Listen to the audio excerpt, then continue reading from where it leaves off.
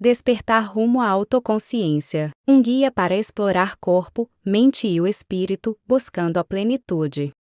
Capítulo 1. Cicatrizes invisíveis, memórias que moldam quem somos. Você já parou para revisitar os cantos mais profundos da sua infância? Aqueles que, como páginas de um livro antigo, parecem ganhar vida cada vez que são tocados? Eu já. E não são apenas lembranças. São marcas invisíveis, tatuagens invisíveis na alma, que moldam silenciosamente quem somos e como enxergamos o mundo. A infância, com sua pureza e imperfeição, é o solo onde plantamos as primeiras sementes das alegrias e das dores que carregaremos pela vida. E, por mais que tentemos, não podemos escapar dessas raízes. Elas nos seguem, nos transformam, nos definem. Meus pais, como todos, fizeram o melhor que puderam com o que tinham. Entre gestos de amor e limitações humanas, eles me ensinaram a viver. Hoje, vejo traços deles em cada pedacinho de mim. E, ao olhar para trás, percebo que, com meus filhos, nem sempre tive a consciência que agora carrego para semear algo melhor.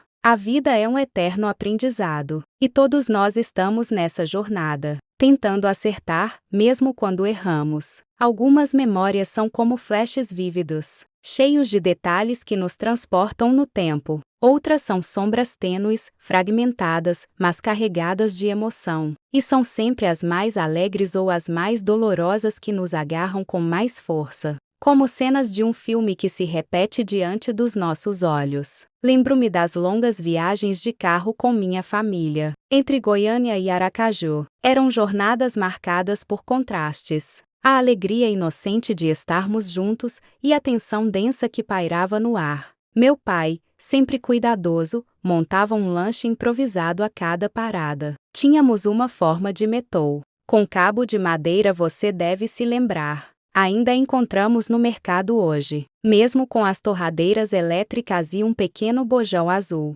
com uma chama que sempre estava dentro do carro. Ali, na sombra de uma árvore enorme, minha mãe estendia um lençol ou cobertor na grama, e começava nosso momento de comunhão. Sanduíches simples, 2 pães de forma do pacote azul, presunto, queijo e, na maioria das vezes, manteiga para não ficar tão seco. Sempre que dou a primeira mordida em um bauru, algo mágico acontece. É como se o sabor me puxasse para um túnel do tempo, carregando junto uma onda de sentimentos e memórias que aquecem o coração. Lembro-me das conversas, das risadas despreocupadas e daquela sensação de conforto que só os momentos simples, mas cheios de significado, podem proporcionar. O bauru não é apenas um sanduíche para mim, é uma chave que abre um baú de lembranças preciosas, aquelas que ficam gravadas na alma e nunca, jamais, serão apagadas. O carro em que viajávamos parecia um refúgio, era espaçoso, e meu pai sempre improvisava uma cama no banco de trás, usando um colchão enorme. Para mim e meu irmão, aquilo era um luxo, uma espécie de aventura sobre rodas. Mas por trás dessa aparência de tranquilidade, escondia-se o caos. As discussões entre meus pais eram frequentes, intensas, como trovões que nunca cessavam. O ar ficava pesado, quase palpável. E nós, crianças, tentávamos encontrar segurança em meio a essa tempestade. Essas lembranças têm um sabor agridoce. O cheiro do bauru que costumávamos comer. O som das vozes exaltadas. O balanço do carro seguindo pela estrada. São fragmentos de uma infância marcada por contrastes, onde o riso e o silêncio conviviam lado a lado. Minha infância foi um campo de batalhas emocionais. Não havia a calma de um lar acolhedor. Em vez disso, o ambiente era uma arena de brigas, traições e palavras que machucavam mais do que qualquer golpe físico. Essas experiências deixaram marcas profundas, invisíveis, mas dolorosamente reais. Na adolescência, eu carregava essas feridas como uma bagagem pesada que ninguém via, mas que me esmagava. Na escola, minha raiva encontrou formas de escapar. quase sempre de maneiras que só aumentavam minha culpa. Lembro-me de um jogo de queimada na aula de educação física. Eu estava tão cheia de fúria acumulada que lancei a bola com toda a força, atingindo uma colega que acabou desmaiando. Enquanto todos corriam para ajudá-la, eu simplesmente peguei minha mochila e saí. Não senti nada, nem culpa, nem arrependimento, apenas um vazio que parecia impossível de preencher. Outra lembrança que me persegue é o bullying que sofri por estar acima do peso. As manchas nas minhas pernas, resultado de picadas de pernilongos nas visitas à fazenda dos meus padrinhos, eram um motivo constante de vergonha. Enquanto outras meninas exalavam confiança, eu me sentia deslocada, como se minha existência fosse um erro a ser corrigido. Em casa, as coisas não eram melhores. Minha mãe, exausta pelas brigas incessantes com meu pai, parecia carregar um mau humor constante, e quase sempre, essa carga emocional era descarregada em mim. Eu apanhava por motivos que muitas vezes nem entendia. A cada surra, sentia mais raiva, mais injustiça, mais veneno emocional acumulando-se dentro de mim. O amor parecia uma lembrança distante. O eco abafado e meio ao caos, por anos, vivi um ciclo interminável de dor, como se estivesse aprisionada em um pesadelo que se repetia incansavelmente. Relacionamentos que desmoronavam, brigas que nunca cessavam, uma busca incessante por algo qualquer coisa que pudesse aliviar o peso esmagador da minha alma. Casei jovem, aos 17 anos, acreditando que a fuga seria minha salvação, que um novo caminho poderia apagar as marcas do passado, mas a vida, com sua dureza e implacabilidade, me mostrou uma verdade difícil de aceitar: fugir não cura as feridas. Elas permanecem, invisíveis, como sombras que nos seguem até que tenhamos coragem de confrontá-las. Logo após me casar, com toda a dor que eu carregava e a necessidade desesperada de me afastar de tudo, fui para os Estados Unidos, levando minha filha Thais, que na época tinha apenas 3 meses de vida. Lembro-me de Thais, tão pequena, tão linda, tão perfeita. Eu, tão jovem, tão inexperiente, mal sabia como cuidar de uma criança. Mas, a cada gesto, a cada movimento, algo mágico acontecia dentro de mim. Quando lhe dava banho, passava o talco em sua pele macia, alimentava com todo o carinho. Parecia que estava brincando de boneca, em um mundo onde o amor puro e a inocência eram tudo. Ela era meu refúgio, minha alegria, meu pedaço de céu em meio ao caos da minha alma. Mas, por mais que eu me entregasse a esses momentos de doçura e carinho, havia algo em mim que não se curava, uma dor profunda, uma tristeza que me consumia por dentro. Eu não sabia como lidar com ela. O peso da minha história, das minhas escolhas, das minhas cicatrizes, ainda estava ali, silencioso, mas presente, lembrando-me de que,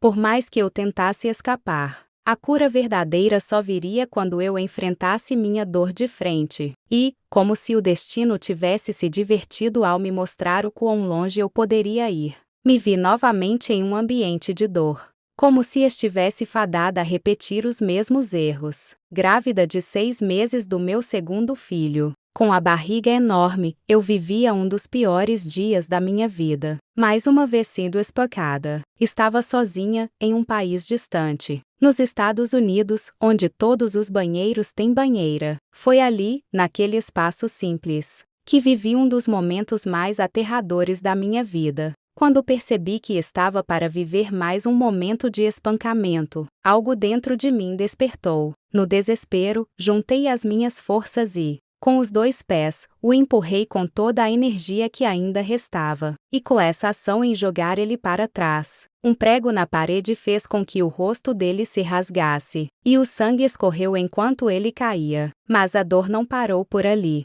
Fiquei ali, grávida, vulnerável, recebendo mais golpes até que ele não tivesse mais forças. O sofrimento parecia não ter fim. Meu corpo e minha alma estavam marcados por uma luta que eu não havia escolhido, mas que estava vivendo. E, ainda assim, dentro de mim, havia uma parte que gritava por liberdade, por cura, por uma chance de reconstruir tudo o que havia sido destruído. Há também a memória da última vez que ele me espancou. quando eu já não via saída para a situação. Mas uma parte de mim ainda queria viver, ainda queria respirar. Como sempre, a dança era meu refúgio, meu momento de fuga. Fui a uma boate em Filadélfia, e quando a música começou e as luzes piscavam, parecia que eu tinha saído da terra, como se tivesse desconectado da dor e da realidade. Dancei como se fosse a última coisa que eu faria na vida.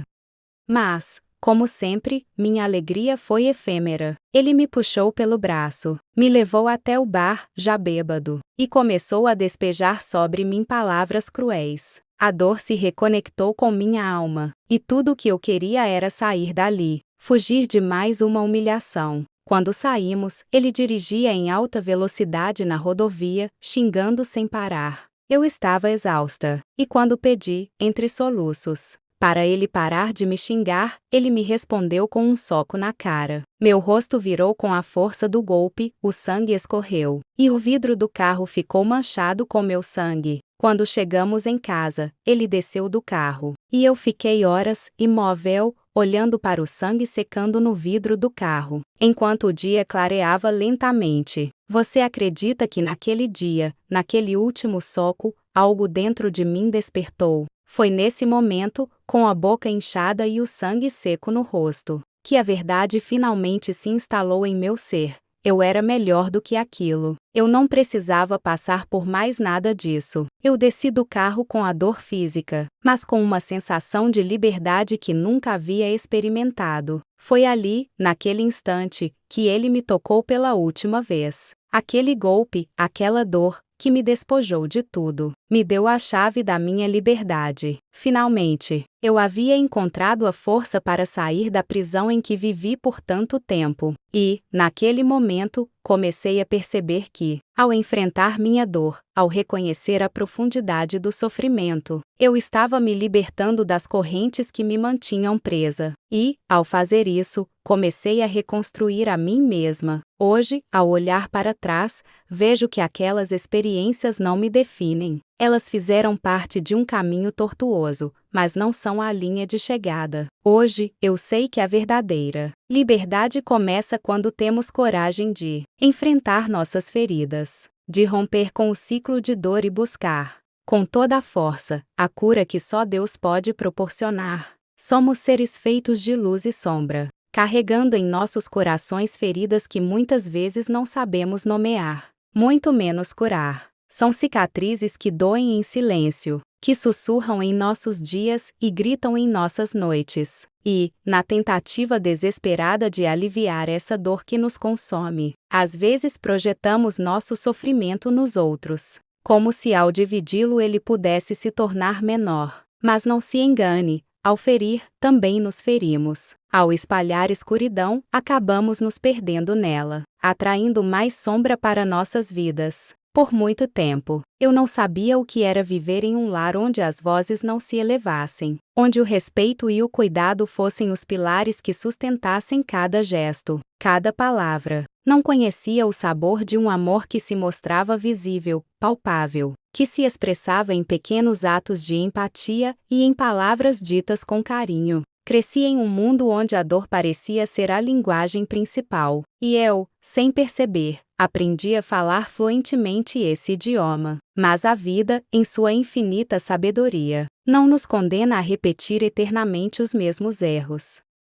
Ela nos dá a chance de recomeçar, de reconstruir, de curar. Essa jornada de dor me moldou, mas também me ensinou. Descobri que, mesmo quando tudo parece perdido, há uma centelha de esperança que nunca se apaga. Não foi fácil, nem rápido. Foi um processo lento, doloroso, mas necessário. Pouco a pouco, fui reconstruindo aquilo que parecia irreparável, tijolo por tijolo, até que um novo eu começou a emergir das cinzas. Quem já leu meu primeiro livro, Poder da Conexão, sabe que ele nasceu de um dos períodos mais desafiadores da minha vida. A pandemia de Covid-19 foi um tempo de isolamento, de medo, de incertezas, mas também de profunda reflexão. Foi quando decidi mergulhar de cabeça em uma jornada de autoconhecimento, buscando entender os sentimentos que habitavam meu ser. Estudei, li, refleti e, no meio desse turbilhão, encontrei um conceito que mudou tudo: o corpo de dor.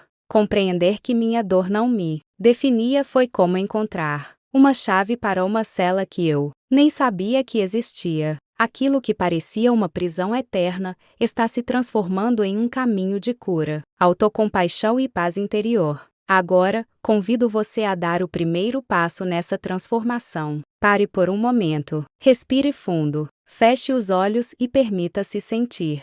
Não importa sua crença, sua religião, sua filosofia de vida. Permita que essas palavras ecoem no mais profundo do seu ser. Converse com Deus, com o universo, ou simplesmente com a energia que habita dentro de você. Sinta-se acolhido, seguro, pronto para começar. Ao final deste capítulo, você encontrará exercícios simples, mas profundamente transformadores. Eles foram criados para ajudá-lo a perceber e acolher suas memórias, entendendo o impacto que elas tiveram em sua vida. Não há pressa, não há julgamentos. Apenas um convite para que você comece a se libertar, um passo de cada vez. Nos próximos capítulos, mergulharemos ainda mais fundo nessa jornada de autotransformação e cura. Vamos explorar um dos aspectos mais poderosos da nossa experiência emocional: o corpo de dor. Vamos desvendar como ele se forma, como se alimenta e, o mais importante, como podemos enfraquecê-lo e libertá-lo. Prepare-se para práticas que irão ajudá-lo a desmantelar as raízes do sofrimento acumulado, compreender o impacto profundo do perdão e descobrir como a cura começa com a redefinição da sua identidade. Você aprenderá a criar uma nova narrativa para sua vida, uma onde a dor não é mais a protagonista, mas uma oportunidade de evolução e liberdade. Você está pronto para dar o próximo passo? Para deixar para trás as velhas histórias que o limitam e criar um caminho novo, livre e cheio de possibilidades, onde sua dor não será mais a sua prisão, mas o ponto de partida para uma vida de realização e paz. Vamos caminhar juntos nesse processo de cura e renovação. O próximo capítulo será a chave para entender o que é o corpo de dor e como podemos transcender suas limitações. A jornada começa agora. Você está preparado? Oração de clamor e gratidão. Deus de poder e graça, hoje venho diante de ti com o coração aberto, trazendo cada memória que moldou quem sou. Obrigado pelos momentos de alegria, pelas lembranças que aquecem minha alma e me trazem esperança. Mas também te agradeço pelas dores, pelas marcas invisíveis que carrego, pois sei que, mesmo nelas, o Senhor estava presente, me sustentando. Clamo a ti, Senhor, pelas feridas que ainda doem, pelos pedaços do meu passado que ainda precisam de cura. Peço que a tua luz ilumine essas cicatrizes, trazendo paz onde há tormento e liberdade onde há amarras. Ensina-me a perdoar quem me feriu, a soltar as cargas do ressentimento e a ver as pessoas com os olhos de misericórdia. Ajuda-me a transformar a dor em força e as cicatrizes em testemunho do teu amor e do teu poder de restauração. Obrigada, Senhor, porque nunca me abandonaste, mesmo nos momentos em que me senti só. Que as minhas memórias sejam usadas para edificar minha vida e também para tocar outros corações que precisam de consolo e esperança. Em nome de Jesus. Amém. Exercícios de reflexão. Reviva suas memórias. Pegue papel e caneta e anote as 3 memórias mais marcantes da sua infância.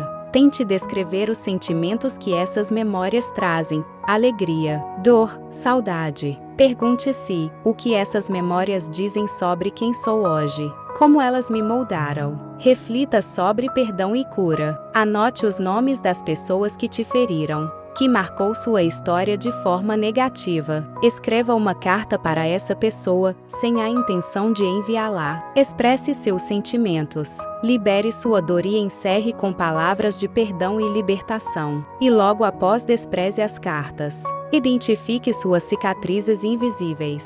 Reserve um momento para introspecção e pergunte-se: quais dores ou crenças limitantes ainda carrego? Como elas influenciam minhas escolhas e comportamentos? Liste formas práticas de transformar essas dores em aprendizado, seja através de terapia, oração ou diálogo com pessoas confiáveis. Reconheça as marcas positivas. Anote 3 momentos da sua infância que te trazem alegria e conforto. Que hábitos ou ensinamentos positivos você pode resgatar dessas experiências para a sua vida hoje? Projete o futuro. Com base nas suas reflexões, escreva uma mensagem para si mesmo. Declare o que você deseja deixar para trás e como pretende criar novas memórias que reflitam a pessoa que está se tornando. Esses exercícios ajudarão você a conectar sua história ao seu propósito, ressignificando as cicatrizes do passado como forças para o presente e para o futuro.